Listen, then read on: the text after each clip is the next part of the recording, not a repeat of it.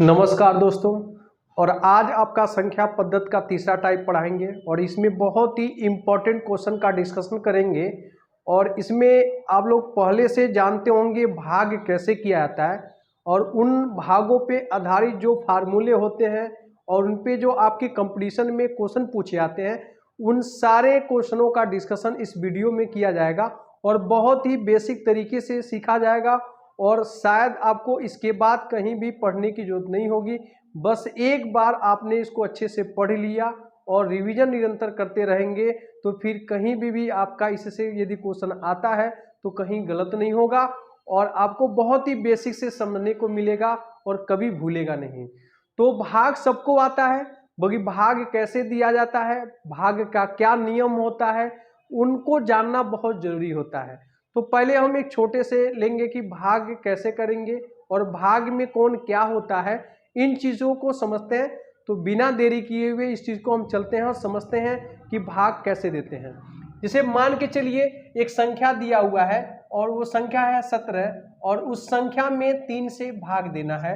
तो आपको सबको पता होगा कि भाग कैसे दिया जाता है, बस इसमें हमें ये समझना है कि भाग जो दिया जाता है उसमें कौन क्या होता है और किस प्रकार से भाग दिया जाता है, वही चीज हमें यहाँ पे समझना है। अब यहाँ पे देखिए, यदि 3 से इसमें भाग देते हैं 17 में, तो हमको लगता है कि ये संख्या कितनी बार जाएगा। 3 का यदि टेबल पढ़े 17 में तो 5 बार जाएगा। तो यहाँ पे गुणा करेंगे तो कितना आएगा, 15 आएगा और यहाँ पे घटाएंगे तो 2 आएगा। तो ये तो सबको समझ में आ रहा होगा और सब लोग जानते होंगे। अब इसमें हमको बेस को समझना है कौन क्या होता है। तो इसमें हमें यह समझना होता है कि यदि किसी संख्या में जिससे हम भाग देते हैं वो उसे क्या कहते हैं। तो जब भी हम किसी संख्या से भाग देते हैं तो वो कहलाता है हमारा भाजक। तो ये सबको पता होना चाहिए कि भाजक क्या होता है। तो जिससे हम किसी संख्या में भाग देते हैं वो हमारा कहलाता है भाजक, और जिस संख्या में भाग देते हैं तो उस संख्या को कहते हैं भाज्य। तो ये आपको पता होना चाहिए कि जिन संख्या में हम भाग देते हैं वो हमारा भाज्य कहलाता है और जिससे हम भाग देते हैं वो भाजक कहलाता है। और जितनी बार चला जाता है उसे हम कहते हैं भागफल। तो जितनी बार जाएगा उस वही हमारा क्या होगा, भागफल। और उसके भाग के बाद जो है जो कुछ भी बच जाता है वो हमारा होता है शेषफल। तो ये तो आपको सबको पता होगा। अब इसमें ये इन पे आधारित प्रश्न कैसे बनाना है यही चीज सीखना है। तो मान के चलिए यदि हमें पता करना है कि ये कैसे होगा, तो आप लोग को पता होगा कि यदि 3 का गुणा 5 में कर दें और प्लस 2 को जोड़ दें तो हमको लगता है कि यहाँ 5 3 15 और 2 जोड़ देंगे तो यहाँ कितना हो जाएगा, 17। तो आपको पता है कि 17 क्या है। तो 17 हमारा क्या होता है, ये भाज्य होता है, मतलब संख्या होता है। और 3 हमारा क्या है, तो 3 हमारा भाजक है। और 5 क्या है, तो ये आपका भागफल है। और इसी प्रकार से जो है 2 क्या है, तो ये शेषफल है। तो ये फार्मूला बन जाएगा और ये सबको पता है फार्मूला, क्योंकि ये शुरू से ही एकेडमी में पढ़ाया जाता है। तो कह सकते हैं कि भाज्य बराबर क्या होता है, तो भाजक गुणे भागफल प्लस क्या होता है, शेषफल होता है। तो भाज्य एक प्रकार से हमारा क्या होता है, वो संख्या होता है।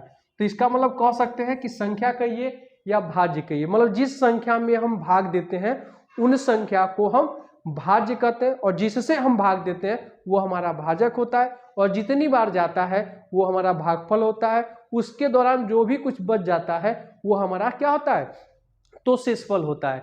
तो ये आपको याद होना चाहिए और ये आपको याद रहेगा तो बहुत सारे प्रश्न आप यूं ही बना लेंगे। तो ये पता होना चाहिए भाज्य बराबर भाजक गुणे भागफल प्लस क्या होता है, शेषफल होता है। तो ये आपको पता होना चाहिए। एक आपको होमवर्क दे रहा हूं, वो आप लोग क्या करिएगा, उसको भाग दीजिएगा और कमेंट बॉक्स में जो है इसका आंसर जरूर आप लोग जो है उसमें लिखिएगा क्या आंसर होना चाहिए। जैसे आपको बहुत छोटा भाग देंगे और यहाँ पे जैसे 981 में 2 से भाग देना है और फिर आपको जो है 99 में आपको 2 से भाग देना है।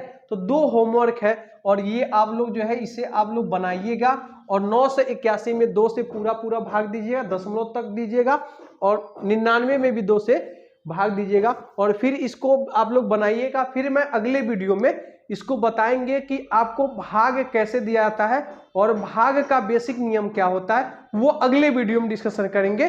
तब तक इसमें आपको क्या करिएगा, आप लोग बनाने का प्रयास करिएगा और बनाने के बाद जो है आप कमेंट बॉक्स में इसका आंसर दोनों का जरूर बताइएगा और उसका सोल्यूशन जो है अगले वीडियो में हम आपको देंगे जो है।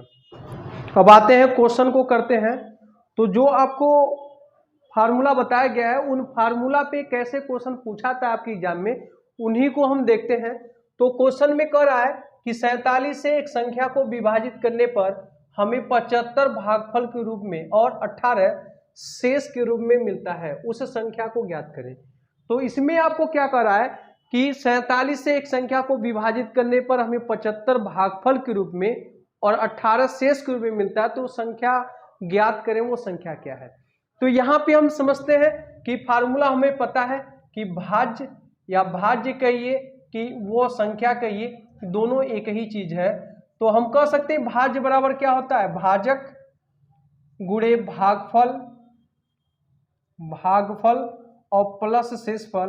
तो ये फार्मूला आपको पता है और बताया भी गया है कि भाज्य बराबर होता है भाजक गुणे भागफल प्लस शेषफल। हम जिस संख्या में जिस संख्या में भाग देते हैं वो हमारा भाज्य कहलाता है, और जिससे भाग देते हैं वो हमारा भाजक कहलाएगा, और जो भी आपको जितनी बार भाग जाएगा वो भागफल होगा, जो भी बच जाएगा वो शेषफल होगा, ये आपको पता है। तो देखते हैं, तो 47 से एक संख्या को विभाजित करने पर, तो 47 से यदि हम उस संख्या में भाग देते हैं तो हमारा भाजक होगा। तो 47 गुणे भागफल, तो भागफल कितना दिया है, तो ये 75 दिया है, और प्लस शेषफल के रूप में कितना दिया है, 18 दिया है। अब इन्हीं को सॉल्व करेंगे। तो यहाँ पे क्या करेंगे, 47 में 75 से गुणा करेंगे तो साथ में 35 को हो जाएगा 5, हाथ में 3, 5 को 20, 3 23 हो जाएगा, और 7 7 49, हासिल 4 हो जाएगा, 7 चौको 28 और 2 32। यहाँ पे जोड़ेंगे तो 5, 12 को 2 और 4 1 5 और 3। तो यहाँ पे गुणा करने पे आपका 3525 होगा प्लस 18। अब इसको हम जोड़ेंगे तो यहाँ पे 8, यहाँ पे 5, 13 को 3, हाथ में 1, यहाँ पे 2 और 1 3, 1 4, फिर 5 और 3। तो देखेंगे कि वो जो संख्या प्राप्त होगा वो 3543, और जो ये ऑप्शन में होगा वही हमारा क्या होगा, आंसर सही होगा। तो देखते हैं किसमें 3543 दिया है, तो यहाँ पे ऑप्शन नंबर बी में दिया हुआ है, तो ये हमारा क्या होगा, आंसर सही होगा। तो इसी तरह से आपके एग्जाम में प्रश्न बनते हैं। अब इसी क्रम में अगले प्रश्न को देखते हैं, इसमें क्या पूछा जा रहा है। तो 1043 को किसी संख्या से भाग देने पर भागफल 11 तथा शेषफल 20 प्राप्त होता है, भाज्य ज्ञात कीजिए। तो इसमें हम जानते हैं कि भाज्य बराबर सेम वही फार्मूला कि भाज्य बराबर होता है भाजक गुणे भागफल और प्लस क्या होता है, शेषफल होता है। तो यही चीज आपको पता होना चाहिए। बाकी इसमें सारे डाटा को क्या कर देंगे, रख देंगे। तो वो संख्या दिया है कि 1043 को किसी संख्या से भाग देने, तो भाजक दिया हुआ है 1043, और कह रहा है किसी संख्या से भाग देने पर, तो वो संख्या मान लीजिए कि x से भाग दिया गया, और भागफल कितना मिला 11, और प्लस शेषफल कितना है, तो ये 20 है। अब क्या करेंगे, 20 को यहाँ पे प्लस से इधर लाएंगे तो माइनस में हो जाएगा, तो डायरेक्ट घटा लेंगे इसको, तो घटाएंगे तो 1023 हो जाएगा, और बराबर हो जाएगा x गुणे 11।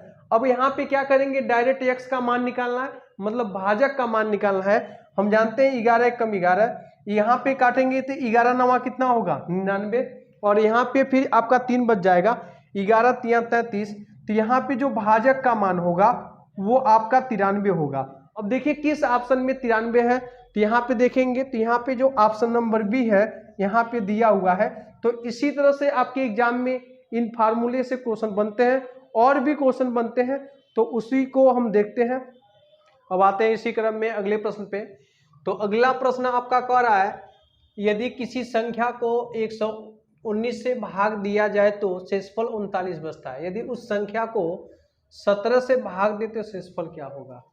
तो यहाँ पे चीज़ों को समझेंगे कि इस प्रश्न को कैसे बनाएंगे, और इस प्रश्न को बनाना बहुत ही आसान है, और हमको लगता है कि यदि इस प्रश्न को अब समझ जाएंगे तो इसको आपको सॉल्व करने की जरूरत नहीं होगा, और देखते ही आप इसका आंसर टिक कर सकते हैं। आपको मात्र 5-6 सेकंड में इसका आंसर आ जाएगा। तो देखिए इस तरह पर के आपको कभी भी एग्जाम में प्रश्न देखे तो आपको बनाना कैसे, ध्यान समझिए। तो देखिए यहाँ पे करा कि यदि किसी संख्या को 119 से भाग दिया जाए तो शेषफल 39 बचता है, यदि उस संख्या को 17 से भाग दिया जाए तो शेषफल क्या होगा। तो जब भी आपको इस तरह से एग्जाम में क्वेश्चन मिलेगा तो आपका पहला भाजक क्या है, तो पहला भाजक आपका जो है इसमें जिससे भाग देंगे तो पहला भाजक आपका 119 है और जो दूसरा भाजक है वो आपका है 17। तो यहाँ पे ध्यान देने वाली बात ये है, तो यदि किसी संख्या को 119 से भाग दिया जाए तो जो पहला भाजक होगा वो 119 होगा, और करा कि उस संख्या को 17 से भाग दिया जाए तो दूसरा भाजक क्या होगा, आपका 17 होगा। तो जब भी पहला भाजक जो होगा वो दूसरे भाजक से यदि पूरा पूरा कट जा रहा है, देखेंगे आपको यहाँ पे जो है पहले भाजक में दूसरे से भाग से देंगे तो ये पूरा पूरा क्या होगा, कट जाएगा। तो जब भी पहला भाजक दूसरे भाजक से कट जाएगा तो डायरेक्ट इस तरह के प्रश्नों को आपको क्या करेंगे, तो शेषफल में सीधे क्या करेंगे, भाग देके आप आंसर निकाल लेंगे। तो जब भी पहला भाजक दूसरे भाजक से पूरा पूरा विभाजित होता है तो डायरेक्ट उस संख्या में 9 भाग देकर हम शेषफल में भाग देकर अपना आंसर निकाल लेते हैं और आपको बहुत ही आसानी से ये आंसर निकल जाता है।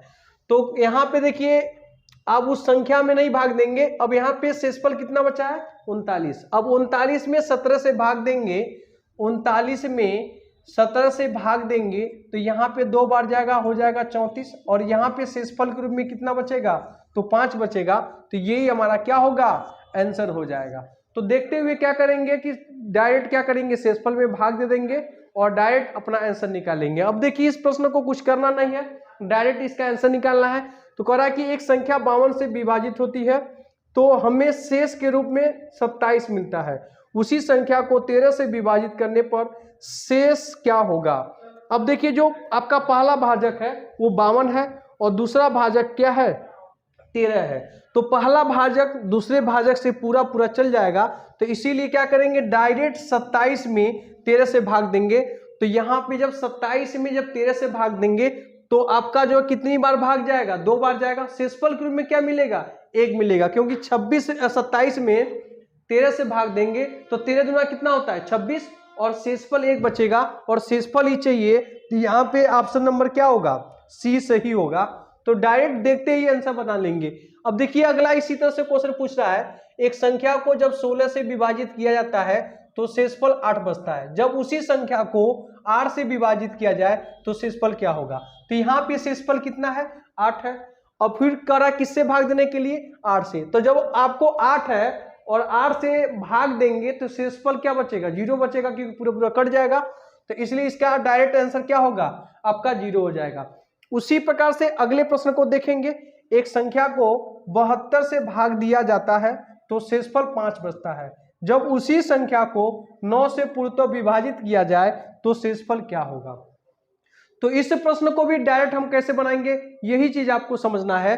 तो यहाँ पे देखिए एक संख्या को 72 से भाग दिया जाता है तो शेषफल के रूप में कितना बचा है, 5। अब करा कि उसी संख्या में किससे भाग दे, 9 से भाग दे तो शेषफल क्या होगा। तो यहाँ पे समझिए कि 9 से भाग देना है 5 में, तो यहाँ पे ध्यान देने वाली बात ये है कि आपको क्या करेंगे, 5 में 9 से भाग देंगे तो भाग कितनी बार जाएगा, 0 बार जाएगा। तो यहाँ पे शेष के रूप में कितना मिलेगा, तो 5 मिलेगा। तो डायरेक्ट यहाँ पे आंसर लिख देंगे क्या, आपका 5। तो इसी तरह से क्वेश्चन को देखना है और डायरेक्ट आंसर बनाना है, और एग्जाम में आपके पास टाइम नहीं होता है कि आप उसको विस्तार से लगा पाएं। और कंपटीशन का मतलब होता है कि जितने कम समय में क्वेश्चन को बनाएंगे उतना ही अधिक से अधिक प्रश्न को आप बनाएंगे और अटेम्प्ट की संख्या बनेगी, और जैसे ही अटेम्प्ट की संख्या बनेगी वैसे सिलेक्शन की जो आपका परसेंटेज होता है वो बढ़ जाता है। तो इसी तरह से आपको सारे प्रश्न को बनाना है। अब आते हैं इसी क्रम में अगले प्रश्न पे। तो अगला प्रश्न आपका देखिए क्या कह रहा है, यदि किसी संख्या को 5 से भाग देने पर शेषफल 4 प्राप्त होता है, उस संख्या के दुगुने को 5 से भाग दिया जाए तो शेषफल क्या होगा। तो देखिए जब भी इस तरह से प्रश्न आपके एग्जाम में आएगा तो आपको कुछ नहीं करना है, उस संख्या में 9 भाग देकर वो काम शेषफल में करेंगे और आसानी से क्वेश्चन को बना लेंगे। तो कह रहा है कि संख्या को दुगुने को 5 से भाग दिया जाए, तो आप कुछ नहीं करिएगा, शेषफल को दुगुना कर दीजिएगा और 5 से भाग देखिए कि कितना आपका शेषफल आ रहा है। तो यहाँ पे शेषफल 4 है और आप संख्या को 9 दुगुना करके शेषफल को दुगुना करेंगे तो कितना आ जाएगा, 8, और फिर इसमें 5 से भाग देंगे तो आपका शेषफल कितना होगा, तो जो शेषफल आएगा वो आपका शेषफल होगा 3। तो इसका जो आंसर होगा वो 3 होगा। तो यही आपको ध्यान देना है कि कैसे क्वेश्चन को बनाना है। इसी प्रश्न पे अब अगले प्रश्न पे चलते हैं। किसी संख्या को 6 से भाग देने पर शेषफल 3 प्राप्त होता है, इसी संख्या के वर्गों को 6 से भाग देने पर शेषफल क्या होगा। तो आपको जब भी संख्या को कहेगा वर्ग करने के लिए तो संख्या को वर्ग न करके सीधे शेषफल को वर्ग कर देंगे और आसानी से प्रश्न आपका बन जाएगा। तो यहाँ पे क्या है, शेषफल 3 बचा है। अब कह रहा है कि संख्या का वर्ग, तो संख्या का वर्ग न करके हम क्या करेंगे, शेषफल का वर्ग कर देंगे। तो यहाँ पे 3 का वर्ग करेंगे तो कितना आएगा, 9। अब इस 9 में क्या करेंगे, 6 से भाग देंगे, तो 6 से भाग देंगे तो यहाँ पे जो शेषफल निकल के आएगा, तो जो यहाँ पे शेषफल होगा वो यहाँ पे शेषफल 3 आएगा।